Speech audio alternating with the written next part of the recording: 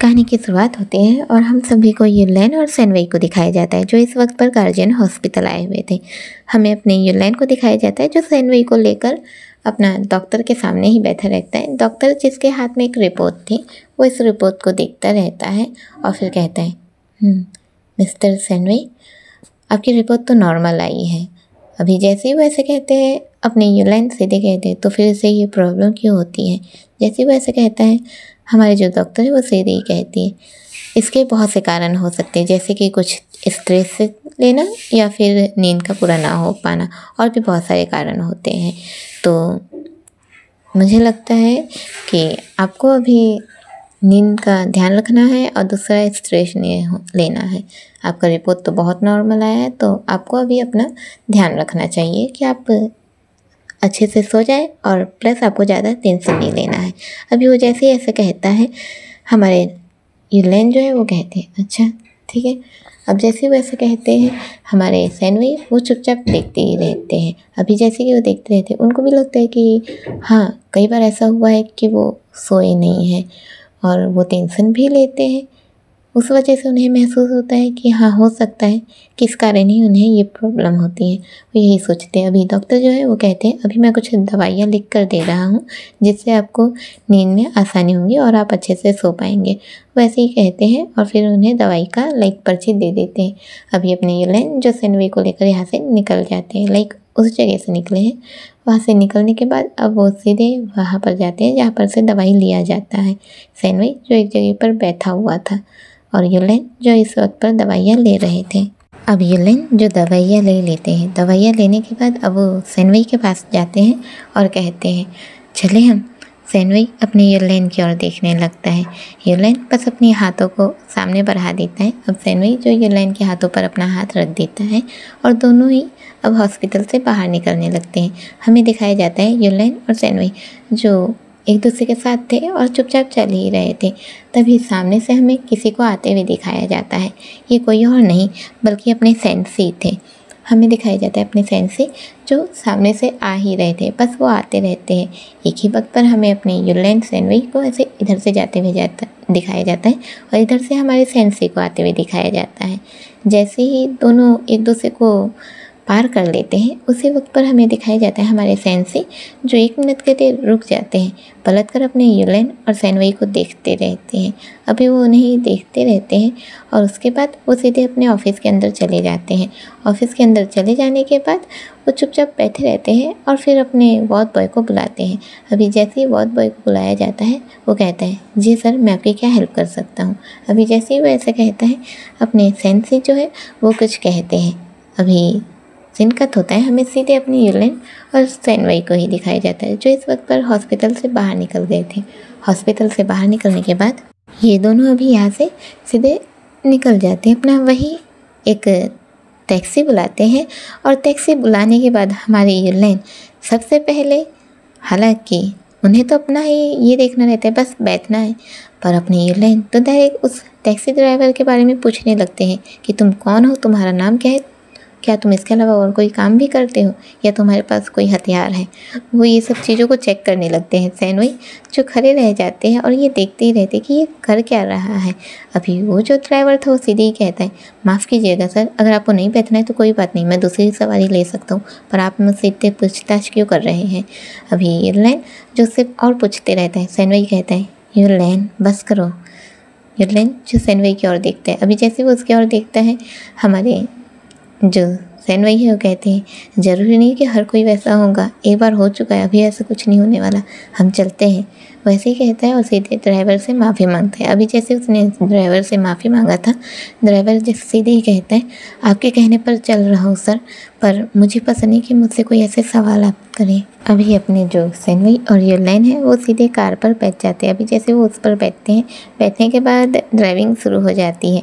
हमारे युलेन जो ऐसे तो अक्सर अपने सेनवेई पर ध्यान रखते हैं पर इस वक्त पर उनका ध्यान सेनवई से ज़्यादा उस ड्राइवर पे था। वो पूरी नज़र रख रहे थे उसके एक एक एक्टिविटी पर, और उसके साथ साथ ही वो ये भी ध्यान दे रहे थे कि बाहर का नज़ारा क्या है, और जहाँ वो जाना चाहते क्या वहीं पर तो ले जाया जा रहा है ना।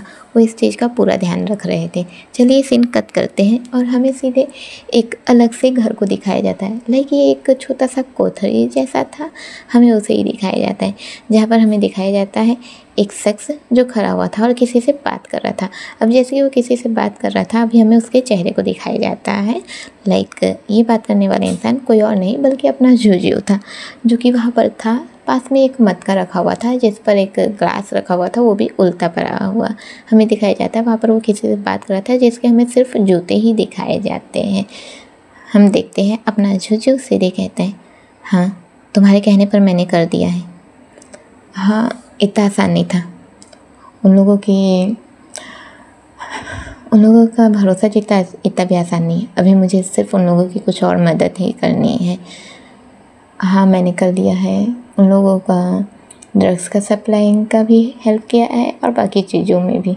धीरे धीरे बस उन लोग मुझ पर भरोसा करना सीख लें, और जैसे ही उन लोग धीरे धीरे मुझ पर भरोसा करने लगेंगे, उसके बाद तो असली खेल शुरू होगा, और उसके बाद मैं हर एक चीज़ का बदला ले पाऊँगा, है ना।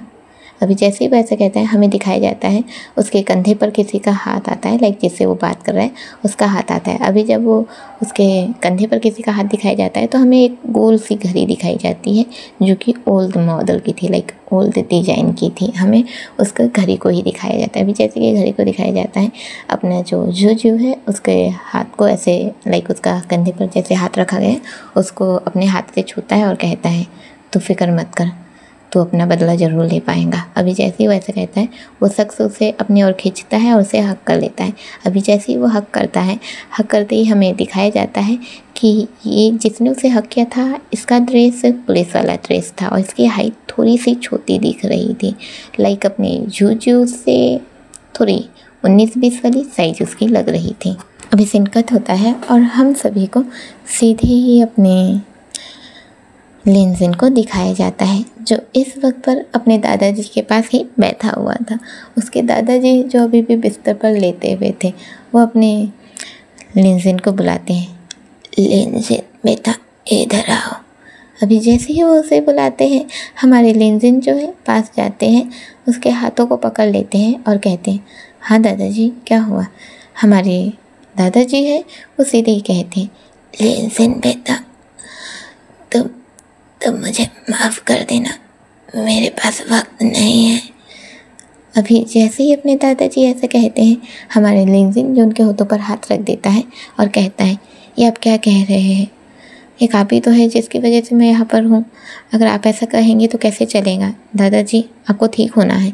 अभी जैसे ही अपने लिनजिन ने ऐसा कहा था, हमारे दादाजी सीधे ही कहते हैं, बेटा हम होने को कभी भी टाल नहीं सकते हैं, है ना। तुम मेरे अच्छे बच्चे हो ना, अपना ख्याल रखना। अभी जैसे ही वैसे कहते हैं, हमारे लिनजिन कहते हैं, नहीं आपको कुछ नहीं होगा, आपको कुछ भी नहीं होगा। अभी जैसे ही वैसे कहता है, हमारे दादाजी जो है वो कहते हैं, बेटा मेरे लिए उस बक्से को खोलो। अभी जैसे ही वैसे कहते हैं, हमारे लिनजिन जो दादाजी का जो अलमारी था उसके ठीक ऊपर एक संदूक रखी हुई थी, उसे देखने लगता है। अभी वो एक बार संदूक को देखता है, फिर अपने दादाजी को देखता है। अभी जैसे ही वो ये देखते रहता है, वो इशारा करते हैं कि उसे लाओ, उसे खोलो। अभी जैसे ही वो लाता है और उसको खोलता है, अभी जैसे ही खोलता है, खोलते उसमें कुछ फ़ोटोज़ रखी हुई थी और कुछ अलग अलग चीज़ें थी। अभी जैसे ही वो उसको देखता है, हमारे दादाजी है वो सीधे कहते हैं, लिनजिन बेटा इसे पढ़ो। अभी जैसे ही वो ऐसे कहता है, उसके ऐसे कहते ही हमारे लिनजिन जो उसे पढ़ने लगते हैं, उसमें कुछ डिटेल्स थी, जैसे कि एक बच्चा जो कि बहुत ही छोटा सा था और वो एक औरत के गोद में था, और ये औरत कोई और नहीं बल्कि लिनजिन की मॉम ही थी। साथ में वही लिनजिन के फादर भी थे। लिनजिन बहुत छोटा सा दिख रहा था। अभी लिनजिन सीधे ही कहता है, आप मुझे मेरे ही बचपन के फ़ोटो क्यों दिखा रहे हैं। अभी जैसे ही वैसे कहता है, हमारे जो दादाजी वो कहते हैं, बेटा इसमें जो रिपोर्ट है उससे पढ़ो। अभी जैसे ही वैसे कहते हैं, हमारे लेंजिन जो उस रिपोर्ट को देखने लगते हैं। वो जब रिपोर्ट को देखते हैं तो उसमें साफ साफ लिखा हुआ था कि मिसेस लिन तो कभी भी माँ बन ही नहीं सकती है। अभी वो जैसे ही ये पढ़ता है तो हैरान हो जाता है। अभी जैसे ही वैसा ये हैरान होता है, हैरान होते ही अपने दादाजी से कहता है, क्या अगर माँ कभी भी माँ नहीं बन सकती तो फिर मैं? जैसे ही वैसे कहता है, अपने दादाजी कहते हैं, तुम्हारा अस्तित्व कुछ और है बेटा, तुम लिन परिवार के बेटे नहीं हो। वो इतना ही कहते हैं और उनकी आंखें जो बंद होती ही नहीं है, आंखें वैसे की वैसी खुली रह गई थी, होठ हल्के से खुले हुए थे, वो वैसे के वैसे रह जाते हैं। उनके स्केल्स जो वैसे के वैसे नज़र आ रहे थे। लेंजिन जो अपने वो संदूक को देखने लगता, उसमें बहुत सारे फ़ोटोज़ थे, लाइक जिसमें अपनी मिसेस लिन जो अपने लेंजिन की ओर देख रही है, हल्की सी स्माइल करी, पर ये डेविल वाली स्माइल थी, जैसे कि लेंजिन के मिलने का उन्हें कोई खुशी ही ना हो। उसको कुछ खुशी ही नहीं दिख रहा था। उसमें रिपोर्ट जो साफ साफ दिख रही थी कि लेंजिन की मॉम तो कभी भी माँ बन ही नहीं सकती है। लेंजिन ये सब देखने लगता है, फिर अपने दादाजी को देखता है जिनकी आंखें खुली हुई थी और उन्होंने अपने प्राणों को त्याग कर दिया था। अभी लेंजिन जो अपने दादाजी को देखने लगता है और फिर उनके हाथों को पकड़ लेता है, उसकी आंखों से आंसू बहने लगते हैं। वो रोने लगता है। उसके आंसू जो धीरे धीरे बह रहे थे, उसके गालों से नीचे गिर रहे थे। उसका मन जो कह रहा था, अगर माँ मेरी माँ नहीं है तो फिर मेरी माँ कौन है? क्या है मेरा अस्तित्व? क्या इसीलिए मुझे इतना नीचा दिखाया जा रहा था इस घर में? मैं इस घर का चिराग नहीं हूँ, मैं इस घर का पिता नहीं हूँ। क्या इसलिए मेरे साथ ऐसा बर्ताव किया जाता था? क्या इसलिए उन्होंने मेरे साथ ऐसा क्यों किया? आखिरकार क्यों? अपने लेंजिन के दिमाग में बहुत सारी बातें चलती रहती हैं। वो अपने दादाजी को देखता ही रहता है। अभी थोड़ी देर में हमें दिखाया जाता है हमारी मिसेस लिन जो दरवाजे पर आकर खड़ी होती है और खटखटाने लगती है। लेंजिन जो कोई जवाब नहीं दे रहा था, वो एक एक चीज़ों को सोच रहा था, रो रहा था। इसके दिमाग में कुछ समझ में नहीं आ रहा था कि उसके साथ क्या हो रहा है। वो जिस घर का अपने आप को बेटा जानता था, उसे लगता था कि हाँ, उसके साथ ये कैसी हरकतें होती हैं, क्या वो उस घर का बेटा नहीं है। पर आज उसके सामने सच्चाई थी, वो वाकई में उस घर का बेटा नहीं था। वो इस वक्त पर रोने लगता है, कुछ नहीं कह रहा था। मिसेस लिन जो दरवाज़ा खटखटा रही थी, अब वो अंदर आती है और कहती है, क्या लेंजिन, मैं कब से दरवाज़ा खटखटा रही हूँ, तुमने जवाब नहीं दिया? वैसे ही कहती है। अभी जैसे ही कहती है, वो वहाँ पर संदूक को पढ़े हुए देखती है, खुले हुए, उसमें फ़ोटोज़ देखती है और अपना रिपोर्ट भी देखती है। अभी वो जैसे ही ये देखती है, फिर अपने ससुर को देखती है जो कि मर चुका था, उसे देखती है। अभी जैसे ही देखती है, वो डायरेक्ट लेंजिन को पकड़ती है, कॉलर से पकड़ के उठाती है और कहती है, बदतमीज, अपने ही दादाजी को मार डाला तूने। वैसे ही कहती है और सीधे एक जोरदार थप्पड़ उसके गालों पर जड़ देती है। अपने लेंजिन जो एक पल के लिए नीचे गिर गए थे, इस वक्त पर उसे अपने दादाजी के जाने का बहुत ज़्यादा गर्म हुआ था, जिस वजह से वो कुछ नहीं कह पाता है। वो बस रोता रहता है। अपने दादाजी को वापस देखता है, फिर उनके हाथ को पकड़ने की कोशिश करता है। मिसेस लिन जो अपने मिस्टर को बुलाती है, सुनिए जी, देखिए इतने क्या कर डाला, आपके पिताजी को मार डाला है, वैसे कहती है और अपने हस्बैंड को बुलाने लगती है। थोड़ी देर में मिस्टर लिन भी जो आ जाते हैं। अभी जैसे ही वो आते हैं, आते ही वो डायरेक्ट ये देखते हैं कि यहाँ पर क्या हो रहा है। वो कहते हैं, क्या हुआ? जैसे कहते हैं, वो कहती है कि इसने अपने दादाजी को मार डाला। अभी मिसेस लिन कैसा कहती हैं, मिस्टर लिन डायरेक्ट कहते हैं, तुमने अपने ही दादाजी को मार डाला, मेरे बाबा को मार डाला। वैसे ही कहते हैं और सीधे ही लेंजिन का सर पकड़ के वहीं पर दीवार पर मार देते हैं। हमारे लेंजिन के सर से खून आने लगता है। अभी जैसे ही उसके सर से खून आने लगता है, हमें दिखाया जाता है मिस्टर लिन जो उसके गले को दबाने लगते हैं और कहते हैं, तुमने मेरे पापा को मार डाला, मैं तुम्हें मार डालूंगा, जान से इसी वक्त मार डालूंगा। वैसे ही कहने लगते हैं। भी जैसे वैसे कहने लगते हैं, हमारे लेंजिन जो है वो सीधे ही कहते हैं, मैंने मैंने मारा अपने दादाजी को या फिर आप लोगों ने? अभी जैसे वैसे कहते हैं हमारे मिस्टर लिन, जो सीधे कहते हैं तुमने मारा है मेरे पापा को।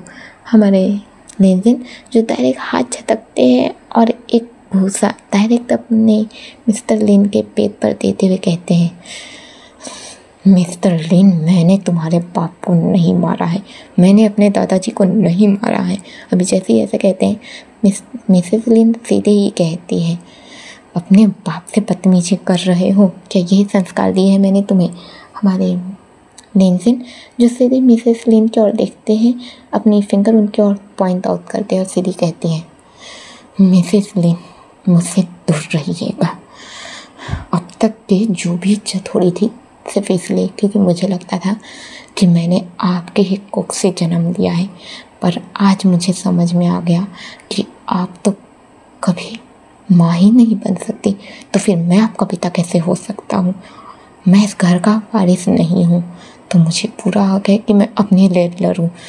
याद रखिएगा मिस्टर लिंस, अगर आपने दोबारा मुझे हाथ लगाने की गलती भी की तो मैं भूल जाऊँगा कि मैंने इसी घर का नमक खाया है, और आपको इतने जख्म दूंगा कि उसमें अगर आप नमक भी लगाए तो भी वो भरेगा नहीं, वो जख्म कभी नहीं भरने वाले। अभी अपने लेनजिन जैसे ही ऐसा कहते हैं, हमारी मिसेस लिन जो देखने लगते हैं और कहती है, नहीं तुम मेरे बेटे हो। हमारे लेनजिन उस रिपोर्ट को उठाते हैं, सीधे उनके मुंह पे मारते हैं और कहते हैं, तो फिर ये रिपोर्ट क्या है? क्या मेरे दादाजी मुझसे झूठ कहेंगे? उन्होंने मरने से पहले मुझसे ये रिपोर्ट पढ़वाई है।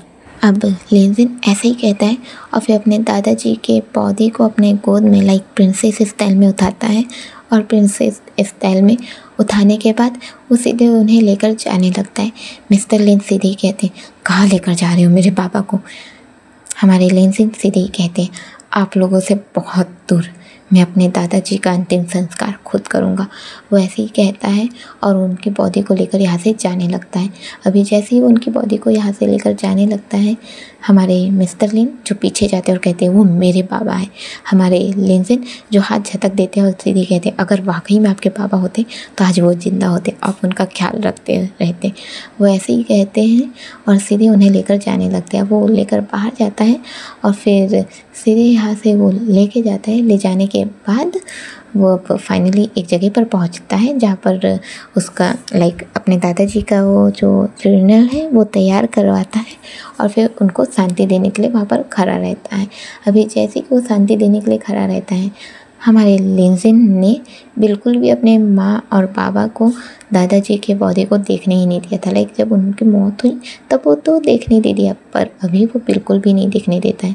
बस उनका अंतिम संस्कार होते रहता है, वही देखते रहते हैं। अभी जैसे कि वो ये देखते रहता है, हमें दिखाया जाता है थोड़ी देर में लेनजिन का फ़ोन बजने लगता है। अभी जैसे ही लेनजिन का फ़ोन बजने लगता है, लेनजिन के फ़ोन बजते ही हमारे लेनजिन जो फ़ोन को देखते हैं और उठाते हैं, कहते हैं हेलो। अभी जैसे ही हेलो तो उनकी वॉइस लाइक वो हर बार अपने आप को कंट्रोल कर लेते थे, पर इस बार उनके दिल का बहुत करीब इंसान गया था जिसके लिए वो अपने आप को कंट्रोल नहीं कर पाते। उनकी वॉइस में ही समझ में आता है। हमारे यूलेन डायरेक्ट कहते हैं, लेनजिन तो ठीक तो है ना? अभी जैसे ही ऐसे कहते हैं, लेनजिन बस एक बात कहता है, यूलेन दादाजी, बस वो इतना ही कहता है। हमारे यूलेन डायरेक्ट कहते हैं, मैं आ रहा हूँ। वैसे ही कहते हैं। सीन कट होता है, हमें दिखाया जाता है यूलेन और सेनवी जो इस वक्त पर वहीं पहुँच गए थे जहाँ पर अपने लेनजिन थे। लेनजिन ने उन्हें बता दिया था कि वो कहाँ पर है। अभी यूलेन और सेनवी वहीं पर पहुँच गए थे। सेनवी जो चीता को देखते रहते हैं, लाइक माफ़ कीजिएगा दोस्तों, उस फ्यूनरल को तो देखते रहते हैं। अभी जैसे ही वो देखते रहता है, वो अपने बचपन के उस 8 साल की उम्र को याद करता है जहाँ पर वो अपनी ही आंटी के साथ खड़ा हुआ था और वो लाइक उसकी आंटी उसके साथ खड़ा हुआ था और वहाँ पर हमें दिखाया जाता है जो उसकी आंटी उसके साथ खड़ी थी वो किसी फ्यूनरल के सामने खड़ा हुआ था और वो उसके सामने ऐसे ग्रीट करते हुए बैठा हुआ था, लाइक ऐसे बैठा हुआ है ग्रीट कर रहा है जहाँ पर लिखा हुआ था मिस्टर सेन, वहाँ पर बस इतना ही लिखा हुआ था और साथ ही साथ मिसेस सेन भी लिखा हुआ था। उसे ही देख रहा था। अभी फिर से हमें सेनवी को दिखाया जाता है जो अभी अपने लिनसिन के दादाजी के फर्नल को देख रहा था। यूलेन जो लिनसिन के पास जाते हैं उसके कंधे पर हाथ रखते हैं। लिनसिन जो अपने यूलेन को देखता है और सीधे हक कर लेता है। उसके आंसू जो इस वक्त पर अपने यूलेन के कंधे पर बह रहे थे। यूलेन जो उसे कदल कर लेता है, उसे पीछे से सहलाने लगता है और कहता है ये सब कैसे हुआ। हमारे सेनवी लिनसिन जो सब कुछ बता देते हैं। अभी जैसे ही वो सब कुछ बता देते हैं, यूलेन सीधे कहता है मुझे माफ़ करना, मैं तेरे साथ नहीं था। अभी जैसे वैसे कहते हैं, हमारे लिनसिन कुछ नहीं कहते। अब यूलेन जो अपने सेनवी को लेते हैं और फिर अपने लिनसिन को लेते हैं और यहाँ से निकल जाते हैं। सीन कट होता है, हमें सीधे अपने गार्जियन हॉस्पिटल का ही सीन दिखाया जाता है, जहाँ पर अपने सेंसी जो बैठे हुए रहते हैं अपने ही कैबिन में। उनके पास एक फ़ाइल थी, वो उस फाइल को देखते रहते। अभी उनकी यादों को दिखाया जाता है। एक याद थी जहाँ पर वो अपनी बीवी के साथ थे, वो अपनी बीवी के साथ रहते हैं और हमें दिखाया जाता है उनकी बीवी जो बहुत ही ज़ख्मी हालत में थी। वो जो कह रही थी मेरे बच्चे को बचा लेना, मेरे बच्चे की इसमें कोई गलती नहीं है, मेरे बच्चे को बचा लेना, वैसे ही कहती रहती है। अभी फिर सीधे हमें दूसरा क्लिप दिखाया जाता है जहाँ पर हम देखते हैं कि हमारे डॉक्टर जो है डॉक्टर नहीं, हमारे सेंसी जो है वो किसी के पीछे भाग रहे थे और इस वक्त पर वो जो बच्चा था, उस बच्चे को लेकर एक औरत जो भाग रही थी उसे ही उसके पीछे भागते रहते। अभी हमें सेंसी को दिखाया जाता है, वो इस क्लिप को बस याद करते और फिर बैठ जाते हैं। बैठकर एकदम उनके आंखों से बस हल्के से आंसू आते हैं। वो हल्के से जैसे उनके आंसू आते हैं, आंसू आते ही वो अपने आंसू को स्वाइप करते हैं, फिर अपने आप को थोड़ा सा शांत करते हैं। अपने जेब से एक लाइटर निकालते हैं। लाइटर निकालने के बाद एक सिगरेट निकालते हैं और सिगरेट निकालने के बाद अपने लाइटर को ऐसे हवा में रखते हैं और फिर सिगरेट को अपने पास ही रखे रहते हैं, अपने मुंह में दबा कर रखे रहते हैं। अभी जैसे कि वो रखे रहते हैं, थोड़ी देर इंतज़ार करते हैं और थोड़ी देर इंतज़ार करने के बाद फिर एक गहरी सांस लेते हैं और फिर कुछ नहीं कहते। फिर डायरेक्ट वो खुद ही अपने सिगरेट को जला लेते हैं। ये ऐसा लग रहा था जैसे कि वो अपने सिगरेट के जलाने के लिए किसी की इंतज़ार कर रहे हों। सीन कट होता है और हमें सीधे अपने पुलिस स्टेशन को दिखाया जाता है, जहाँ पर हमें एक ही वक्त पर एक साइड से हमारे चैंग को आते हुए दिखाया जाता है और दूसरे साइड से हमारे लिटिल गुगो को आते हुए दिखाया जाता है। लिटिल गुगो जो एकदम शांति से आता है, उसके आँखों में एक शांति दिख रही थी, वो बिल्कुल ही शांत था। अभी चैंग जो लिटिल गुगो को देखता है सीधे ही कहता है कहाँ गए थे तुम। अभी जैसे ही वैसे कहता है, हमारे लिटिल गुगो सीधे ही कहते हैं मुझे थोड़ा काम था। अभी जैसे ही वैसे कहते हैं, हमारे चैंग सीधे कहते हैं हॉस्पिटल में उन लोगों को छोड़कर तुम ऐसे कैसे जा सकते हो, क्या तुम्हें ये ख्याल नहीं है कि उन लोगों को कुछ हो गया तो। हमारे लिटिल गुगो सीधे कहते हैं मुझे पता है सर कि हमारे काम में ये सब होता रहता है, इस वजह से मैं समझ सकता हूँ और मुझे कुछ काम था ज़रूरी, इसलिए मैं गया। अभी जैसे वैसे कहता है, हमारे चैंग सीधे कहते हैं अच्छा ठीक है, तो तुम्हारा क्या खबर है, तुम्हारे पास कोई आइडिया है कि हम उन्हें पकड़ पाए। अभी जैसे वैसे कहते हैं, हमारे लिटिल गुगो सीधे ही कहते हैं फ़िलहाल मेरे पास कोई आइडिया नहीं है सर, इस वक्त पर मैंने ये सिर्फ इतना सोचा है कि अभी हम उन पर ध्यान न दें तो अच्छा होगा। अभी हमारे कुछ ऑफिसर्स घायल हुए हैं, अगर हमने ये सोचा कि हमें अभी उन्हें पकड़ना है तो हमारे पास ज़्यादा ऑफिसर्स नहीं हैं, ऐसे में हम घायल हो सकते हैं।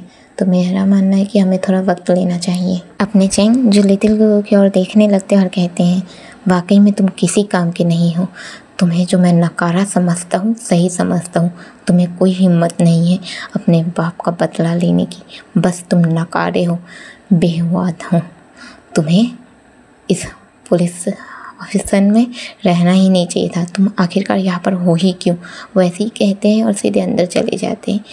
चैंग जैसे ही अंदर चले गए थे, लिटिल गुगो जिसने अपने हाथों की मुट्ठी को भींच लिया था, वो अपने चैंग की ओर देखने लगते हैं और सीधे उनका हाथ डायरेक्ट एक दीवार पर जाकर लगता है। जैसे ही दीवार पर जाकर लगता है, दीवार जो हल्का सा आवाज़ आता है।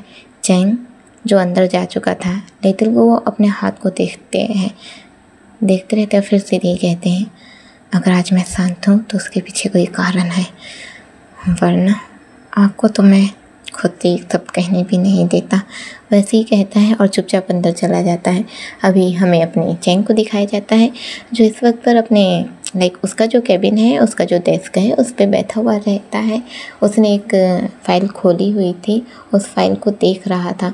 अभी हमें अपने चैंग के आँखों को दिखाया जाता है, जिसमें हल्की सी नमी दिखाई जाती है, जैसे कि उसे इस बात का बुरा लग रहा हो। ऐसा लग रहा था जैसे कि वो ये सब बोलना ही नहीं चाहता था, पर फिर भी उसने ये सब कहा है। अभी हमें उसे ही दिखाया जाता है। यहाँ पर चैंग, जिसने अपना फाइल पकड़ लिया था, वो उसे देख रहा था, उसके बारे में जानकारी ले रहा था। यहाँ पर जो वहाँ पर हवलदार रहते हैं, वो बैठे हुए रहते हैं और दोनों के दोनों इन दोनों को देखते ही रहते हैं। चलिए सीन कट करते हैं और हम सभी को सीधे अपने गॉडफादर के मेंशन को दिखाया जाता है, जहाँ पर हम देखते हैं हमारे सिंची, हमारे ये हाओ और गाइंग जो बैठे हुए रहते हैं। हमारे सीजय जो वहाँ पर खड़े हुए रहते हैं, ठीक अपने गॉडफादर के जो उनका कुर्सी है उसके जस्ट बगल में खड़े हुए रहते हैं। गॉडफादर इस वक्त पर वहाँ पर नहीं थे। अभी हमें दिखाया जाता है वो वहाँ पर नहीं थे। हमारे ये हाउ सीधे कहते हैं, अगर गॉडफादर यहाँ पर नहीं है तो हमें यहाँ पर बुलाया क्यों गया है। अभी जैसे ऐसे कहते हैं, हमारे सीजय जो है सीधे कहते हैं, क्योंकि मैंने तुम लोगों को बुलाया है। अभी जैसे वैसे कहते हैं, ये आओ कहते हैं, अच्छा तो तुझे लगता है कि मैं तेरी बात मानूंगा या तेरी बात सुनूंगा भी। सीजय सीधे कहते हैं, और तुम्हें लगता है कि तुम्हारे पास और कोई ऑप्शन भी है। गॉडफादर के बाद तुम लोगों को मेरी ही बात सुननी है। अभी जैसे वैसे कहते हैं, हमारे ये हाउस सीधे कहते हैं, हम तो सिर्फ गॉडफादर से ही बात करेंगे। जैसे वैसे कहते हैं, सामने से हमें गॉडफादर को आते हुए दिखाया जाता है, जिन्होंने अपने फेस को कवर अप करा हुआ था, और सीधे ही कहते हैं, तो ये हाउ तुम्हें लगता है कि तुम मेरे सीजय के बीच में कुछ बोल भी सकते हो। जैसे ही वैसे कहते हैं, सभी जो उस ओर देखने लगते हैं। अभी जैसे ही वो उस ओर देखने लगते हैं, हमारे गॉडफादर जो धीरे धीरे अंदर आने लगते हैं, वो धीरे धीरे अंदर आते हैं और अंदर आने के बाद सीधे ही कहते हैं, मैं थोड़ी देर के लिए बाहर क्या चला गया। तुम लोग सीजय की बात मानने से इनकार करने लगे। हमारे सीजय सीधे कहते हैं, इन लोगों में से किसी ने कुछ नहीं कहा है, सिर्फ ये हाउ कह रहा था। अभी गॉडफादर जो अपने चेयर पर जाकर बैठ जाते हैं, जैसे वो बैठते अपने पैरों को ऐसे फोल्ड करते हैं, एक गहरी से सांस लेते हैं, फिर अपने ये हाउ की ओर देखते हैं और कहते हैं, तुम्हारी क्या खबर है ये हाउ, तुम जो पैसों का कर रहे थे, क्या वो हो गया। अभी जैसे ही ऐसा कहते हैं, हमारे ये हाउ सीधे कहते हैं, नहीं पैसे नहीं मिले, उल्टा जिससे मुझे पैसे लेने थे उसकी तो पूरी फैमिली ही मर गई। काश वो लड़की जिंदा बच जाती तो मैं उसके शरीर का सौदा करवा देता। अभी जैसे ही वैसे कहते हैं, हमारे गॉडफादर डायरेक्ट यहाँ को गुस्से से देखते हैं, उसके गर्दन पर अपने हाथ का पंजा सीधे कस के दबाने लग जाते हैं। कस के दबा के उसे एक बार ऊपर उठाते हैं, फिर नीचे ज़मीन पर पटक देते हैं। ज़मीन पर पटकते हैं, एकदम ज़ोर से दबाने लगते हैं और कहते हैं, क्या कहा तूने। जैसे ही वैसे कहते हैं, यह जो अपने गले को छुड़ाने की कोशिश करते रहता है। हमारे गॉडफादर सीधे कहते हैं, क्या कहा तूने। हमारे यह जो गले को छुड़ाने की कोशिश करते रहते हैं और कहते हैं, मैंने क्या कहा। अभी अपने गॉडफादर जो अपने हाथ को थोड़ा सा ढीला करते हैं और कहते हैं, तूने उसके शरीर की सौदा करने की बात की ना। अभी जैसे ऐसे वो कहते हैं, हमारे यह कहते हैं, हाँ उसकी कीमत अच्छी मिलती है। अभी जैसे वैसे कहते हैं, हमारे गॉडफादर जो डायरेक्ट उसके गले को और भी कस के दबाते हैं और भी ज़्यादा, सीधे अपना जो एल्बोस है उस दूसरे एल्बोस से उसके पेट पर जोरदार मारते हैं और सीधे कहते हैं, लड़कियों की इज्जत से नहीं खेलना है, किसी भी लड़की की इज्जत से नहीं खेलना है, किसी भी लड़के की इज्जत से नहीं खेलना है। इस शहर को तबाह करना है, पर किसी की भी इज्जत से नहीं खेलना है। वो ऐसे ही कहता है और सीधे अपना हाथ हटाता है और फेस पर जोरदार पंच कर देता है। जैसे ही पंच करता है लाइक फेस से हल्की हल्की ब्लीडिंग होने लगती है। अभी जैसे ही अपने ये हाउ के फेस से ब्लीडिंग होने लगती है, हमारे जो गाओइंग है वो सामने आते हैं और कहते हैं उसे माफ़ कर दीजिए गॉडफादर। अभी जैसे ही वो ऐसे कहते हैं, हमारे गॉडफादर जूस की ओर देखने लगते हैं। गाओइंग थोड़ा सा रुक जाता है और फिर कहता है हमारे पास पैसा वसूली करने वाला यही है, अगर इसे कुछ हो गया तो। अभी जैसे ही वैसे कहते हैं, हमारे गॉडफादर सीधे ही कहते हैं तो फिर इसके ही द्वारा लाया गया वो जूजू कब काम आएगा। वो ऐसे ही कहते हैं और डायरेक्ट ही अपना जो गन है उसे निकालते हैं और अपने ये हाउ के माउथ को खोलते उस गन के जरिए एकदम अंदर तक के गन को घुसाते हैं और डायरेक्ट ही फायर कर देते हैं। अभी जैसे ही फायर कर देते हैं, हमारे ये हाउ के दोनों कानों से खून निकलने लगता है। खून उसके दोनों कानों से निकल रहा था, उसकी आंखें खुली हुई थी और उसकी मौत हो चुकी थी। अभी जैसे उसकी मौत हो जाती है, गाओइंग जो खड़े खड़े ये देखता ही रह जाता है। हमारे गॉडफादर जो उठते हैं और अपने सीजाई की ओर देखते हैं और सीधे कहते हैं इसकी लाश को ठिकाने लगा देना। वैसे ही कहते हैं और सीधे यहाँ से निकल जाते हैं। सीजाई जो बस सर हाँ में हिलाता है और सीधे अपने याओ की बॉडी को लेता है और वहाँ से जाने लगता है। हमारे सिंची जो ऐसे ही बैठे हुए रहते हैं, वो चुपचाप बैठे हुए थे, वो बस उसकी लाश को जाते हुए देख रहे थे। वो ऐसे ही बैठे रहते हैं। अभी सीन कट होता है और हमें सीधे अपने यूलेन, हमारे सेनवई और अपनी लिनसिन को दिखाया जाता है, जो इस वक्त पर तीनों एक साथ में ही थे। तीनों के तीनों इस वक्त पर अपना जो वहाँ पर हमारे सेनवई का घर है, वहीं पर एक छोटा सा जो उसका बना हुआ है, जहाँ पर वो बैठकर अक्सर ही तारों से बात करता है, वहीं पर बैठे हुए थे लिनसिन, जो बिल्कुल ही अकेला फील कर रहा था। हमारे लिनसिन जो ऐसे ही बैठे हुए रहते हैं, हमारे यूलेन जो लिनसिन के पास बैठते हैं और कहते हैं देख सब ठीक हो जाएगा, एक दिन तो सबको जाना रहता है ना। हमारे लिनसिन जो अपने दादाजी की ओर मतलब अपनी यूलेन की ओर देखते हैं और कहते हैं पर मैं अपने दादाजी को नहीं जाने देना चाहता था। अभी जैसे ही वैसे कहते हैं, हमारे यूलेन सीधे कहते हैं मैं जानता हूँ कोई किसी को नहीं जाने देना चाहता, पर जो हो गया उसे हम बदल तो नहीं सकते ना। अभी जैसे ही वैसे कहते हैं, उसके बाद फिर वो कहता है पर तुम्हारे मम्मी पापा का क्या हो रहा होगा, उनकी कैसी हालत होगी और वो वहाँ पर क्यों नहीं थे। अभी जैसे वैसे कहते हैं, हमारे लिनसिन जो सीधे ही अपने यूलेन की ओर देखते हैं और कहते हैं वो मेरे मम्मी पापा नहीं है। हमारे यूलेन सीधे कहते हैं तू ऐसा क्यों कह रहा है, वो तो तेरे मम्मी पापा है ना। अभी जैसे वैसे कहते हैं, हमारे सेनवई अपने यूलेन और लिनसिन को देखने लगते हैं। हमारे लिनसिन सीधे ही कहते हैं नहीं, वो मेरे मम्मी पापा नहीं है। असल में मेरी माँ तो कभी माँ ही नहीं बन सकती थी, तो फिर मैं उनका पिता कैसे बन गया। जैसे वैसे कहते हैं, हमारे लिनसिन जो है वो बस इतना ही कहता है। यूलेन कहता है क्या मतलब है तुम्हारा। अभी लिनसिन जो सीधे बता देता है कि उसके साथ बचपन से अभी तक के क्या होते आ रहा है, उसने अभी अभी क्या फेस किया था, वो हर एक चीज़ को बता देता है। अभी जैसे वो बताता है, इधर हमें ही सेनवई को दिखाया जाता है, जिसके दिमाग में उसकी बचपन की यादें गुजरने लग जाती हैं।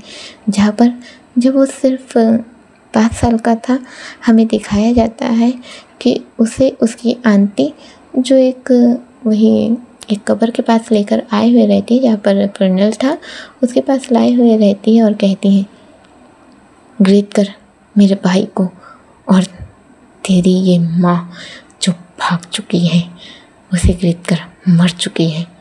वैसे ही कहती है और फिर उसे यहाँ से लेकर जाने लगती है। फिर उसकी और यादें, जहाँ पर उसकी आंटी जो उसे टॉर्चर कर रही थी और वो अपने आंटी के हाथों टॉर्चर होने के बावजूद भी वो कुछ नहीं कर रहा था, वो कुछ कर ही नहीं रहा था।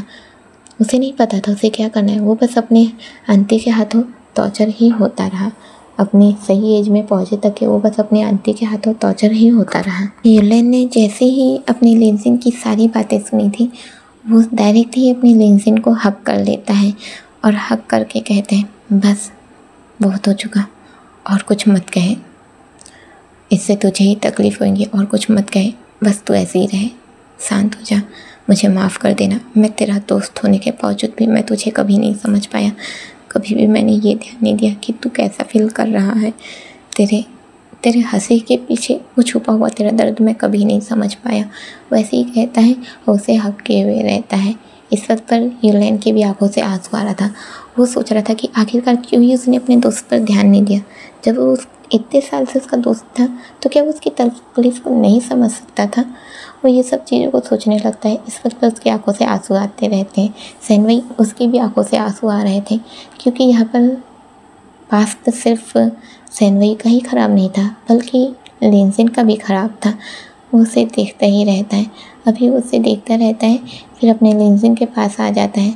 लेनजिन जो यूलेन से ऐसे गले लगा हुआ था, फिर वो दूर हटता है और कहता है मैं ठीक हूँ, कुछ नहीं हुआ है। वैसे ही कहता है। अभी वैसे ही कहता है हमारे सेनवई जो अपने लेनजिन को सीधे हक कर लेते हैं। अभी जैसे ही वो हक कर लेते हैं, लेनजिन एकदम रुक सा जाता है और देखने लगता है ये क्या था। सेनवई ने लेनजिन को हक कर लिया था। उसे हक कर लेता है, उसके पीठ पर अपना हाथ संवारने लगता है और कहता है कुछ नहीं हुआ है, सब ठीक हो जाएगा भाई, कुछ नहीं हुआ है। अभी जैसे ही उसने उसे भाई कहा था, हमारे लेनजिन जिसे एक शांति मिलती है, जैसे बचपन से ही उसे किसी ने भाई ना कहा हो। हाँ, एक दोस्त तो था, पर अपने सेनवई जो उसे भाई वाला फील दे रहे थे। हमारे सेनवई जो उसे सहलाते रहते हैं और कहते हैं भाई सब ठीक हो जाएगा, मैं हूँ ना यहाँ पर। वो इतना ही कहता उसे सहलाते रहता है। सीन कट होता है और हमें सीधे गार्जियन हॉस्पिटल को दिखाया जाता है, जहाँ पर हमें अपने ताकिंग को दिखाया जाता है, जो इस वक्त पर अभी अभी अपना ऑपरेशन करके निकला था। लाइक जो अपना हार्ट स्पेशलिस्ट है तो उसी चीज़ का ऑपरेशन करके निकला था। ऑपरेशन करके निकलता है और निकलने के बाद जब वो अपना जो ग्लव्स वगैरह है उसे उतारता है और अपने मास्क जो है उसे उतारता है। उतारने के बाद वो अपने कैबिन पर जाकर बैठता है, पर वो जैसे ही जाकर बैठता है वो उसे अच्छा नहीं महसूस हो रहा था। बहुत ही अजीब सा महसूस करते रहता है, जैसे बहुत ही बुरा हुआ हो। उसे बहुत ही अजीब सा फील होने लगता है। वो अपने फ़ोन को निकालता है। फ़ोन निकाल कर अपने डायल पैड को देखता है, जहाँ पर उसे अपने लेनजिन का नंबर दिख रहा था। उसके दिमाग में इस वक्त पर लेनजिन चल रहा था। वो कहता है लेनजिन क्या तुम ठीक हो। अभी वो बस इतना ही कहता है और फिर अपने फ़ोन को देखते रहता है, पर वो अपने फ़ोन को डायल नहीं करता है। लाइक कॉल बिल्कुल भी नहीं करता है, वो ऐसे ही रहता है। चलिए सीन कट करते हैं। हमें अपनी ज़ुहोंग को दिखाया जाता है, जो इस वक्त पर अपने जो उसका जो डेस्क है वहाँ पर बैठे रहती है, जहाँ पर वो अपना काम करती है वहीं पर बैठे रहती है। इस वक्त पर वो बिल्कुल ही खाली थी। उसके हाथ में एक फ़ोन था। फ़ोन लेती है और इस वक्त पर वो कॉल पे बात कर रही है। वो हेलो कहती है। अभी सामने से आवाज़ आती है बहना कहाँ हो तुम। अभी जैसे ही ऐसा आवाज़ आता है वो सीधी कहती है तुझे पता है मैं कहाँ पर हो सकती हूँ, हॉस्पिटल में हूँ। सामने से आवाज़ आती है तो फिर कुछ पैसे दे दे। अभी जैसे वैसे कहते हैं हमारे ज़ुहोंग सीधी कहती है अब फिर से तुझे पैसे की ज़रूरत पड़ गई। सामने से आवाज़ आती है जो कहता है बस थोड़े से पैसे की ज़रूरत है। अभी जैसे वैसे कहते हैं हमारी ज़ुहोंग सीधी कहती है तू कब तक के मुझसे पैसे लेता रहेगा। सामने से जो आवाज़ ज़ुहोंग ने जैसे ऐसे कहा था, सामने से जो आवाज़ आती है वो सीधी कहती है तब तक के जब तक कि तू जिंदा है। हमारी ज़ुहोंग कहती है तो मतलब मैं मर जाऊँ ताकि तू मुझसे पैसे लेना बंद कर दे। हमारी जो बात कर रहा था वो सीधी कहते हैं क्या बड़ी बहन हो तो छोटे भाई के लिए इतना भी नहीं कर सकती। हमारी ज़ुहोंग कहती है बस कर, तुझे तो मक्खन लगाना बहुत अच्छे से आता है। सामने जो था वो कहता है हाँ हाँ आखिर आपका ही तो भाई हूँ। वैसे ही कहता है और सीधे कहता है तो बाहर कैफ़े पर मिले। अभी जैसे ऐसे कहते हैं हमारी ज़ुहोंग कहती है हाँ बस आ रही हूँ। वैसे ही कहती है और यहाँ से निकल जाती है। अभी वो यहाँ से निकलती है और ये जगह भी खाली था, कोई नहीं था जहाँ पर उसे चेकअप वेकअप करना है, जिस वजह से वो निकलती है और सीधे सामने के कैफ़े में पहुँचती है। वहाँ पर जाकर बैठे रहती है। अभी जैसे कि वो बैठे रहती है हमें थोड़ी ही देर में उसके टेबल पर किसी को आते हुए दिखाया जाता है। अभी कोई आता है और आकर सीधे सामने ही चेयर पर बैठ जाता है। चेयर पर जैसे ही बैठा है उसने एक टोपी लगा कर रखी हुई थी। हमारी ज़ुहोंग जो उसकी ओर देखती है और सीधे कहती है तो तू आ गया। अभी जैसे ही वैसे कहती है सामने जो शख्स बैठा हुआ था अपनी टोपी हटाता है और कहता है हाँ दीदी मैं आ गया। अभी जैसे ही वैसे कहता है हमें दिखाया जाता है ये कोई और नहीं बल्कि अपना ज़ू था। वो उससे देखती है लाइक अभी हमें दिखाया जाता है हमारे सुहोंग जो जूजू को देखती है और कहती है आजकल कहाँ रहता है तू। हमारे जूजू कहते हैं बस थोड़ा बिजी रहता हूँ दीदी। हमारी जूहोंग कहती है बिजी रहता है इतना कहाँ, और तुझे पैसों की ज़रूरत क्यों ही पड़ती रहती है। हमारे जूजू सीधी कहते हैं बस दीदी आपसे पैसे लेना अच्छा लगता है, जैसे ये मेरे लिए शगुन हो। हमारी सुहोंग सीधी कहती है शगुन, अच्छा ठीक है ये शगुन न तेरा, ये ले। वैसे ही कहती है और उसके हाथ पर पैसे रख देती है। हमारे जूजू जो है वो सीधे उस पैसों को देखते हैं और फिर कहते हैं मेरे अच्छी दीदी आप कितना ख्याल रखती है मेरा। वैसे ही कहते हैं और फिर वो उन्हीं पैसों से अपने सुहोंग और अपने लिए कॉफ़ी ऑर्डर करता है और दोनों के दोनों कॉफ़ी को एंजॉय करने लगते हैं। अब चलिए मैं बता दूँ दोस्तों, आप सभी हैरान हुए होंगे ना कि दीदी भाई, हाँ अपनी सुहोंग और जूजू दोनों के दोनों भाई बहन हैं, पर अपना जूजू जो है वो अपने में धुन में रहता है, उसे कोई अच्छा काम करने में कोई इंटरेस्ट नहीं है और उसने अपने काम के बारे में अपनी जूहोंग को बिल्कुल भी पता कर नहीं रखा हुआ है। पर अपनी जूहोंग जो कि एक डॉक्टर है और प्लस उसे हर एक चीज़ का पूरा ध्यान रहता है और वो अपने छोटे भाई से बहुत प्यार करती हैं। चलिए सीन कट करते हैं। हमें सीधे अपने एन भाई को दिखाया जाता है दूसरे शहर में, जहाँ पर वो अपने एग्ज़ामिंग हॉल में बैठा हुआ था और एग्ज़ामिंग हॉल पर वो इस वक्त पर अपना एग्ज़ाम दे रहा था। एक एक सीट छोड़कर अभी हमें दिखाया जाता है, लाइक एक सीट है जहाँ पर एक इंसान अपना जो एग्ज़ाम है वो दे रहा है, उसके बाद कम से कम 1 से 2 मीटर की दूरी पर दूसरा सीट बनाया गया है और फिर ऐसे गैप देकर बनाया गया रहता है, जहाँ पर हमें दिखाया जाता है ये जो एग्ज़ाम था ये कंप्यूटर वाला था। वो उस कंप्यूटर से ही अपना एग्ज़ाम जो दे रहा था।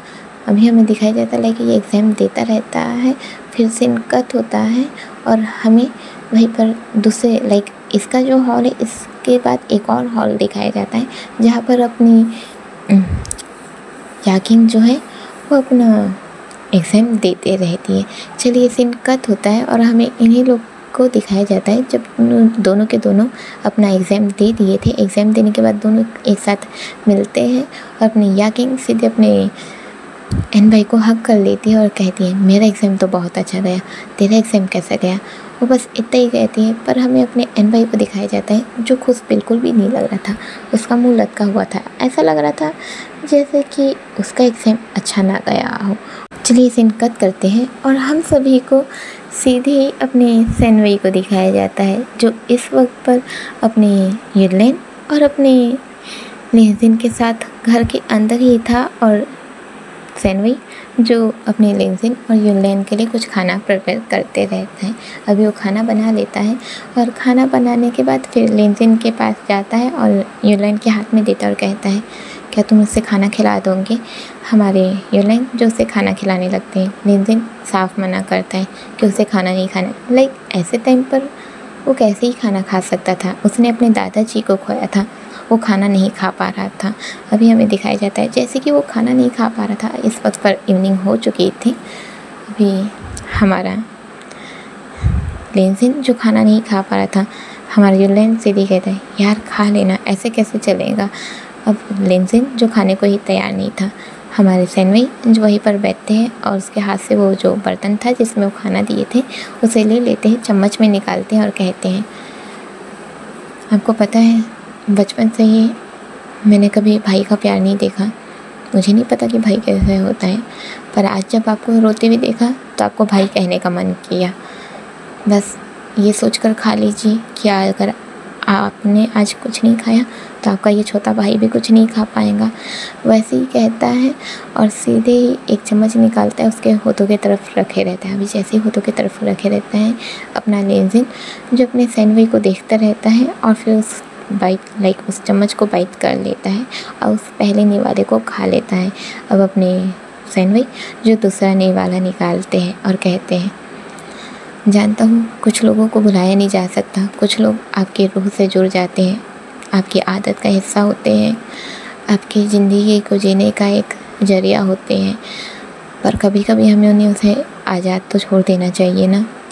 वो उस आसमान में जाकर उन तारों में घुल मिल गए हैं जहाँ पर मेरे मम्मी पापा हैं, जहाँ पर युलाइन की मम्मी है, वहाँ पर वो भी एक तारे में मिल चुके होंगे। आपको उन्हें जाने देना चाहिए। अगर आप ऐसे ही रोते रहेंगे या खाना वाना नहीं खाएंगे तो उनकी आत्मा को शांति कभी नहीं मिलेगी। क्या आप चाहते हैं कि दादाजी की आत्मा को शांति कभी ना मिले? वो ऐसे ही कहते हैं और फिर से चम्मच खिलाते हैं। लेजिन जो अपने सैनवई की बातें सुनता रहता है और फिर वो उसको खाने को खाने लगता है। युलाइन जो बैठा हुआ अपने सैनवई की बातें सुन रहा था और लेजिन को खाते हुए देख रहा था। चलिए सीन कट करते हैं और हमें सीधे अपने दाकिंग को दिखाया जाता है। दाकिंग जो इस वक्त पर अपने घर में था, उसे बहुत ही अजीब सा महसूस हो रहा था। वो अपने लेजिन का जो लेजिन का नंबर है उसे देखता है, फिर कॉल कर देता है। पर जब वो कॉल करता है नंबर स्विच ऑफ जा रहा था। जब नंबर स्विच ऑफ जाता है तो उसे और हैरानी होती है। फिर वो अपने फ़ोन को अपने चेस्ट के पास रखता है और कहता है, लेजिन तुम ठीक तो हो ना?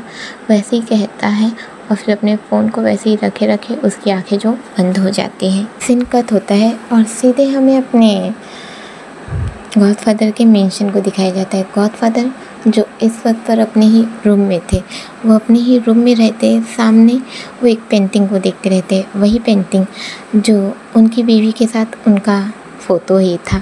वो उस पेंटिंग को देखते रहते हैं और उस पेंटिंग को देखते रहते हैं और फिर थोड़ी देर में हमें अपने सेजय को आते हुए दिखाया जाता है।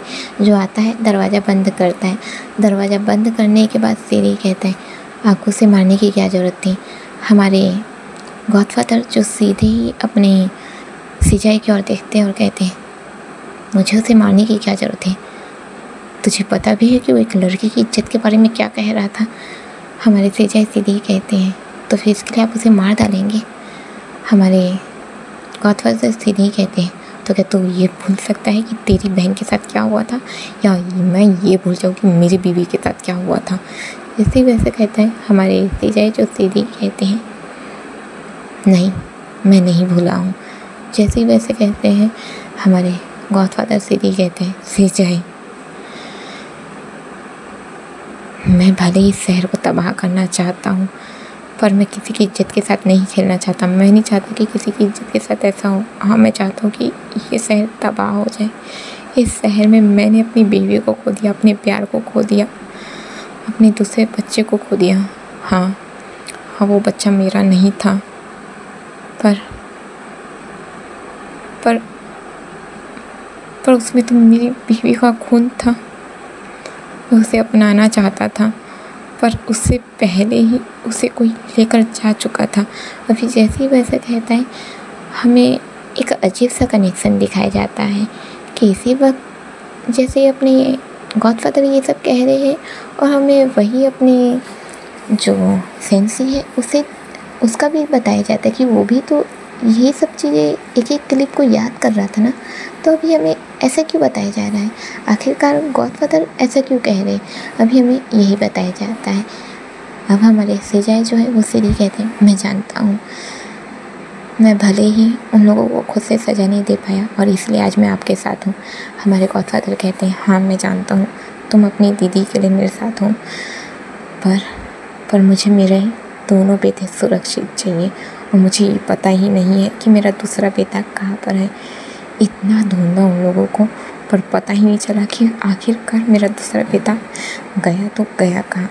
वो ऐसे ही कहते हैं और वैसे ही खड़े रहते हैं। अब सेजय जो है वो भी वैसे ही खड़ा रहता है। हमारे गॉडफादर जो थोड़ी देर के लिए वैसे के वैसे खड़े रहते हैं, फिर कहते हैं, जोजू का क्या हुआ? जोजू कहाँ है? हमारे सेजय जो सीधी कहते हैं, उसने कहा था कि उसे ज़रूरी काम है, तो वो ज़रूरी काम से आ रहा है। हमारे गॉडफादर कहते हैं, ठीक है, जब वो आ जाए तो उसे समझा देना कि उसे क्या काम करना है। अभी जैसे ही वैसे कहते हैं हमारे सेजय हाँ कहते हैं और यहाँ से निकल जाते हैं। हमारे गॉडफादर जो अपना उस और देखते रहते हैं अपनी फ़ोटो की ओर, जहाँ पर वो अपनी बीवी के साथ थे। वो उस फ़ोटो की ओर देखते रहते हैं, अपने हाथों की मुट्ठी बना लेते हैं और सीधे कहते हैं, तुम्हारे साथ जो कुछ भी हुआ है उसका बदला मैं ज़रूर लूँगा। वैसे ही कहते हैं और सीधे ही अपने फ़ोटो को देखने लगते हैं। अब चलिए हम फ्लैशबैक पर जाते हैं। अभी ये जो फ्लैशबैक है वो हमें थोड़ा ऐसे दिखाया जाएगा जैसे कि बहुत ही स्पीड में है, पर मुझे थोड़ा जल्दी ख़त्म करना है, जिस वजह से मैं फ्लैशबैक को उतने डिटेल में नहीं दिखाऊंगी, सिर्फ उतना ही बताऊंगी जितना ज़रूरत रहेगी। तो चलिए हम फ्लैशबैक को शुरुआत करते हैं। हमें एक शख्स को दिखाया जाता है और एक घर को दिखाया जाता है, जहाँ पर वो अपनी हमारे गॉडफादर जो है वो वही रहते हैं। अभी हमें इनका फेस नहीं दिखाया जाता, फेस को कवर अप ही रखा गया है, ये किसी कपड़े उपड़े से कवर अप नहीं है, बस हमें उनका चेहरा नहीं दिखाया जा रहा है। उनके सामने उनकी बीवी थी जो कहती है मुझे जाना है यहाँ से, मुझे अपने सपने पूरे करने हैं। अभी जैसे वैसे कहते हैं, वो कहते हैं पर हमारा बच्चा वो छोटा है, उसे तुम्हारी ज़रूरत है। अभी जैसे ही वैसे कहते हैं, हमारे गॉडफादर की जो बीवी है वो कहती है मुझे पता है उसे मेरी ज़रूरत है, पर मेरे सपनों का क्या? मैंने पहले ही अपने सपनों को छोड़ा है, मैं अपने सपने को फिर से नहीं छोड़ सकती। ये मेरे लिए आखिरी है। मैंने अगर इसे छोड़ दिया तो मैं कुछ नहीं कर पाऊँगी। मैंने ये सपना देखा था, मैं एक बहुत अच्छी मॉडल बनूँगी। मैं अपना ये सपना नहीं छोड़ सकती, प्लीज़ मुझे जाने दीजिए, मुझे जाना है। वो मना करते हैं, नहीं तुम नहीं जा सकती। पर अपनी जो गॉडफादर की मिसेस रहती है वो कहती है नहीं मुझे जाना है, वैसे ही कहती है और अपने लगेज को लेकर यहाँ से निकल जाती है। गॉडफादर जो रोकते हैं, वो जाते हुए सिर्फ इतना ही कहती है मेरी फ़िक्र मत कीजिएगा, मैं बहुत जल्द आ जाऊँगी, 1 साल लगेंगे बस, मैं 1 साल में वापस आ जाऊँगी।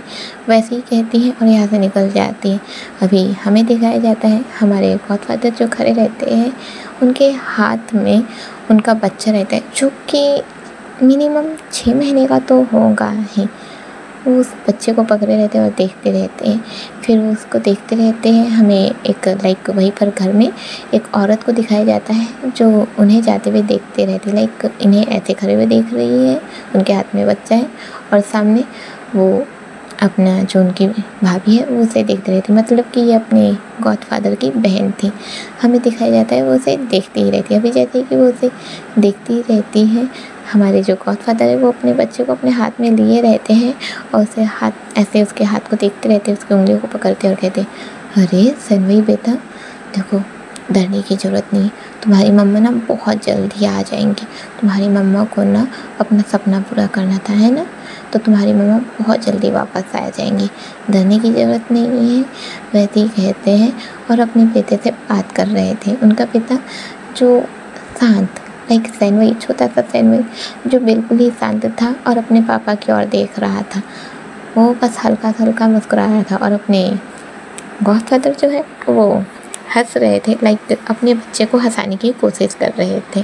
फिर सीन कट होता है, हमें सीधे अपनी जो गॉडफादर है उन्हें दिखाया जाता है, जहाँ पर लगभग 10 महीने बीत चुके थे। 10 महीने बीतने के बाद हमें दिखाया जाता है वो कॉल ट्राई करते रहते हैं, लगातार वो इस समय पे कॉल ट्राई करते रहते हैं, पर सिर्फ एक बार बात हुई थी, उसके बाद तो बात होती ही नहीं है। वो तो लगातार ट्राई करते रहते हैं और जिस शहर में उनकी बीवी गई हुई थी उस जगह पर ट्राई करते रहते हैं, बार बार कॉल लगाते रहते हैं। सिर्फ अपनी बीवी का ही नंबर नहीं, दूसरे भी नंबर वो ट्राई करते रहते हैं। फिर 1-2 बार उस जगह पर भी जाते हैं, पर उन्हें कोई रिस्पॉन्स ही नहीं मिलता है। कोई रिप्लाई नहीं आना, ना कॉल आना, ना कुछ भी नहीं, उन्हें कोई रिप्लाई ही नहीं मिलता है, जिस वजह से वो परेशान हो जाते हैं। अब फाइनली हो जाते हैं सीधे 11 मंथ, और 11 मंथ के बाद अचानक से उनके पास फ़ोन आता है। जब उनके पास फ़ोन आता है तो वो हेलो कहते हैं। हेलो कहने के बाद बस एक आवाज़ आती है, हेलो जी। जैसे ही आवाज़ आती है हमारे गॉडफादर जो पहचान जाती है, ये आवाज़ उनकी बीवी की थी। वो आवाज़ को पहचान जाते हैं और सीधे कहते हैं तुम कैसी हो और इतने दिन से तुम्हारा नंबर बंद क्यों था, तुम कहाँ हो, क्या हुआ? वह जैसे कहते हैं वो बस इतना ही कहते हैं यहाँ आ जाइए जी, वैसे ही कहते हैं और एड्रेस बता देती है। सीन कट होता है, हमें सीधे ही दिखाया जाता है अपनी जो गॉडफादर की मिसेस थी वो बिल्कुल ही जख्मी हालत में थी। उसके शरीर पर बहुत सारे चोट लगे हुए थे, जैसे कि उसके शरीर को ना चाकू से बहुत बार दाग दिया गया हो, जैसे कि उसके शरीर में कोई जान ही ना बची हो। इतने सारे चाकू उसके शरीर पर खरोंचा गया था, शरीर के हर एक हिस्से पर चाकू के निशान दिख रहे थे, यहाँ तक कि उसका चेहरा भी ख़राब हो चुका था। इतना ख़राब कि उसके चेहरे को पहचान पाना भी मुश्किल था। पर अपने गॉडफादर जो उनकी आवाज़ से उसे पहचानते थे, जैसे ही वो आवाज़ से पहचानते थे वो कहते हैं ये सब कैसे हो गया। हमारे जो गॉडफादर की मिसेस है वो कहती हैं मैंने गलत लोगों पर भरोसा कर लिया था, मैंने गलत लोगों पर भरोसा कर लिया था। मुझे लगा था मेरे सपने पूरे होंगे, मेरा मॉडल बनने का सपना पूरा होगा, पर मेरा सपना पूरा नहीं हुआ। उन लोगों ने मेरे शरीर के हर एक हिस्से को नोचा। धीरे धीरे वो मुझे खाते रहे, मुझे मारते रहे। मेरी आत्मा को उन लोगों ने ख़त्म करने की कोशिश की। मेरी आत्मा को उन लोगों ने रौंदने की कोशिश की। जब मैं यहाँ पहुँची तो मुझे मॉडल बनने के लिए रैंप वगैरह सब कुछ बताया गया और फिर धीरे धीरे उन लोग मेरा फ़ायदा उठाते रहे। मैंने जब विरोध किया तो फिर मेरे साथ ये सब हुआ और वो अब अपने साथ उनके साथ जो कुछ भी हुआ है वो सब बताते रहती है। असल में वो ये था कि उन्हें ऑफ़र मिला था कि यहाँ पर आकर लाइक इस शहर में, जिस शहर को हमारे गॉडफादर डिस्ट्रॉय करना चाहते हैं, उस शहर में आकर वो अपना मॉडल बनने का जो सपना है उसे पूरा कर सकते हैं। पर यहाँ के लोग जो थे लाइक ये जो थे वो रियल वाले नहीं थे। ये लोग लड़कियों को अपने झांसे में फंसा कर उनके शरीर से खेल कर फिर एक दिन उसे मार डालते हैं।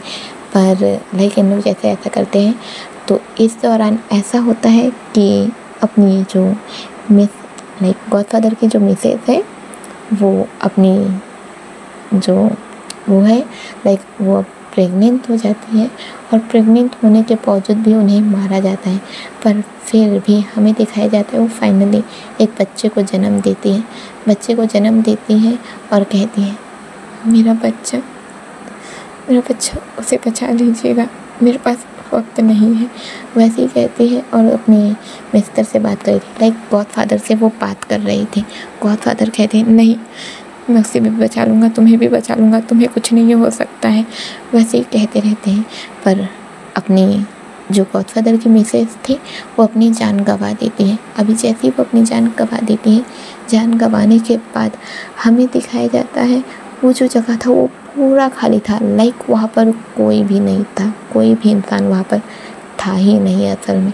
अभी हमें दिखाया जाता है बस एक औरत थी और एक आदमी था जो कि एक बच्चे को लेकर भागते ही रहते हैं।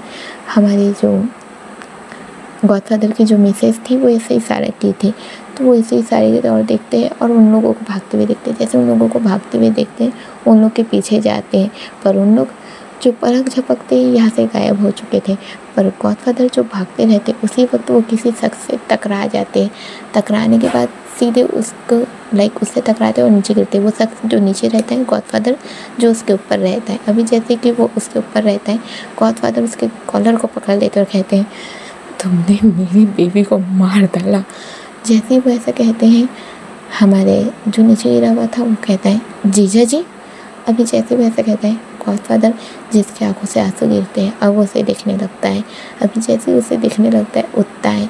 हमारे ये जो शख्स था कोई और नहीं बल्कि हमारे सेजाए थे। सेजाए जो अपने गॉडफादर को देखने लगते हैं और कहते हैं जीजा जी। अभी जैसे वो ऐसे कहते हैं हमारे गॉडफादर जो अपने सेजाए को देखते हैं और कहते हैं तुम। हमारे सेजाए सीधे कहते हैं मेरी दीदी कहाँ है। अभी जैसे वैसे कहते हैं हमारे गॉडफादर जिनकी आंखों से आंसू बहने लगते हैं उनके हाथों में खून था। वो ये देखता है तो हैरान हो जाता है और कहता है ये सब। अभी जैसे वो ये सब का कहता है हमें दिखाया जाता है हमारे गॉडफादर सीधे कहते हैं वो नहीं रही, वो मर चुकी है। अभी जैसे ही वैसे कहता है सीजय जो नीचे गिर जाता है और रोने लगता है दीदी कह के। वो अपनी दीदी को याद करके रो रहा था। गॉडफादर जो वहीं पर बैठ जाते हैं। उसने अपने बच्चे को भी खो दिया था, उसकी कुछ समझ में नहीं आता है। अब वो वैसे का वैसा रह जाता है। धीरे धीरे वक्त बीतने लगता है। धीरे धीरे जैसे कि वक्त बीत रहा था, वक्त के बीतते बीतते हमारे गॉडफादर जो धीरे धीरे अपने आप को संभालने लगते हैं। उसके बाद फिर वो कहते हैं घर तक की ये खबर पहुंचा देना कि ना तो तुम्हारी बहन बची है और ना ही मैं बचा हूँ, हम दोनों मर चुके हैं।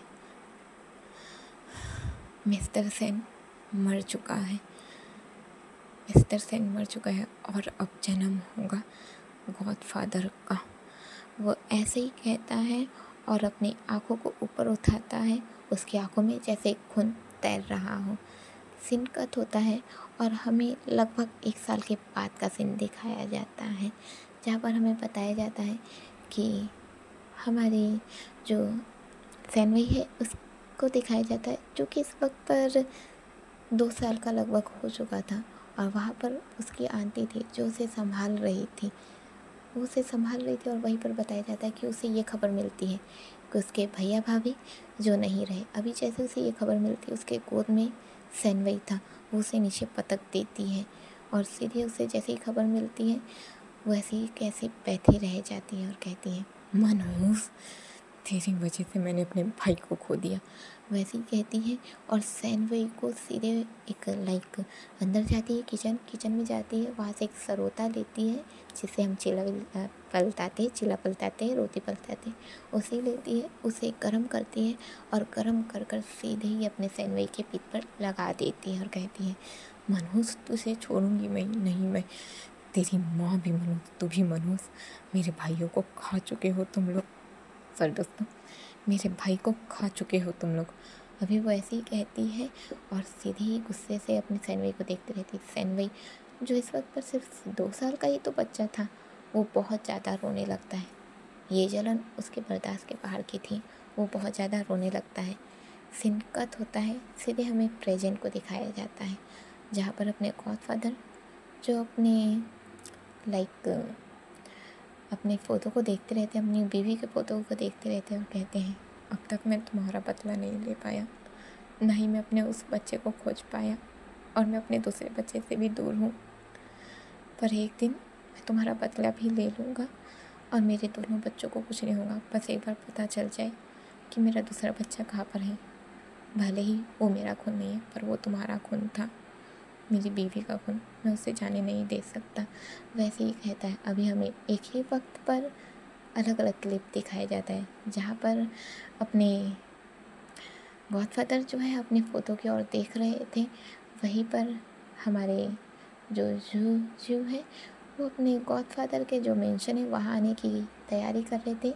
सैनवी और लेंजिन साथ ही युलेन जो एक साथ बैठे हुए थे और सैनवी जो इस वक्त पर लेंजिन से बहुत अच्छे से बात कर रहा था, उसे पैम्पर कर रहा था। वहीं पर हमें अपने ताकिन को दिखाया जाता है जो कि अपने लेंजिन को लेकर परेशान था। और वही अभी हमें दिखाया जाता है, धीरे धीरे वक्त बीतता है और सीधे हमें 1 हफ्ते के बाद का सीन दिखाया जाता है, जहाँ पर हमें दिखाया जाता है सीधे अपने एन भाई को, जिसका एग्ज़ाम पूरा हो चुका था। इस वक्त पर उसका एग्ज़ाम पूरा हो चुका था और अब रिजल्ट का दिन था। हमारी याकिन जो जितना खुश थी अपने रिजल्ट को लेकर, पर अपना एन भाई जो इस वक्त पर उतना ही कंफ्यूज था। एन भाई अपने रिजल्ट को लेकर बिल्कुल भी खुश नहीं था, पता नहीं क्यों, पर वो खुश था ही नहीं। फाइनली रिजल्ट आ जाता है। रिजल्ट के आने के बाद अभी हमें दिखाया जाता है रिजल्ट धीरे धीरे सभी का नाम लेकर पुकारा जाता है, उसे बुलाया जाता है। अभी जैसे उन्हें बुलाया जाता है, बुलाने के बाद हमें दिखाया जाता है कि अब याकिन को भी बुलाया जाता है। उसके बाद एक एक का नाम लेकर उसे बुला के देने के बाद फिर फाइनली एन भाई की बारी आती है। एन भाई की बारी जब आती है तो उसके जो सर है वो सीधे ही कहते हैं, क्या बात है एन भाई, तुम्हारा क्या ख्याल नहीं है अपनी पढ़ाई पर? वैसे ही कहते हैं और सीधे उसे रिपोर्ट देते हैं। अभी रिपोर्ट जैसे ही देते हैं, एन भाई फेल हो चुका था। एन भाई जिसने अपने एग्ज़ाम पर पूरा फोकस किया ही नहीं था, इस वक्त पर एन भाई जो है वो फेल हो चुका था।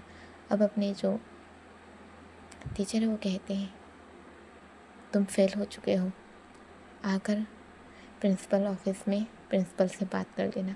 वो इतना ही कहता है और फिर कहता है बैठ जाओ। वैसे ही कहता है अभी एन भाई जो अपनी रिपोर्ट को लेता है और जाकर बैठ जाता है। उस रिपोर्ट को देखने लगता है, फिर उसके दिमाग में फिर से अपने भाई की बातें चलने लगती हैं। एन भाई ने अपनी स्टडी पर ध्यान ही नहीं दिया था, उसके दिमाग में सिर्फ उसके भाई ही चल रहा था, जिस वजह से वो अपनी स्टडी पर ध्यान ही नहीं दे रहा था। चलिए अभी के लिए इतना ही दोस्तों, तो अब हम सभी इसके नेक्स्ट पार्ट पर मुलाकात करेंगे। उम्मीद है ये पार्ट समझ आया होगा और आधे पत्ते तो खुल चुके हैं, कुछ पत्ते तो आप लोग समझ गए होंगे, और अगर नहीं समझ पाए हो तो कमेंट ज़रूर कीजिएगा।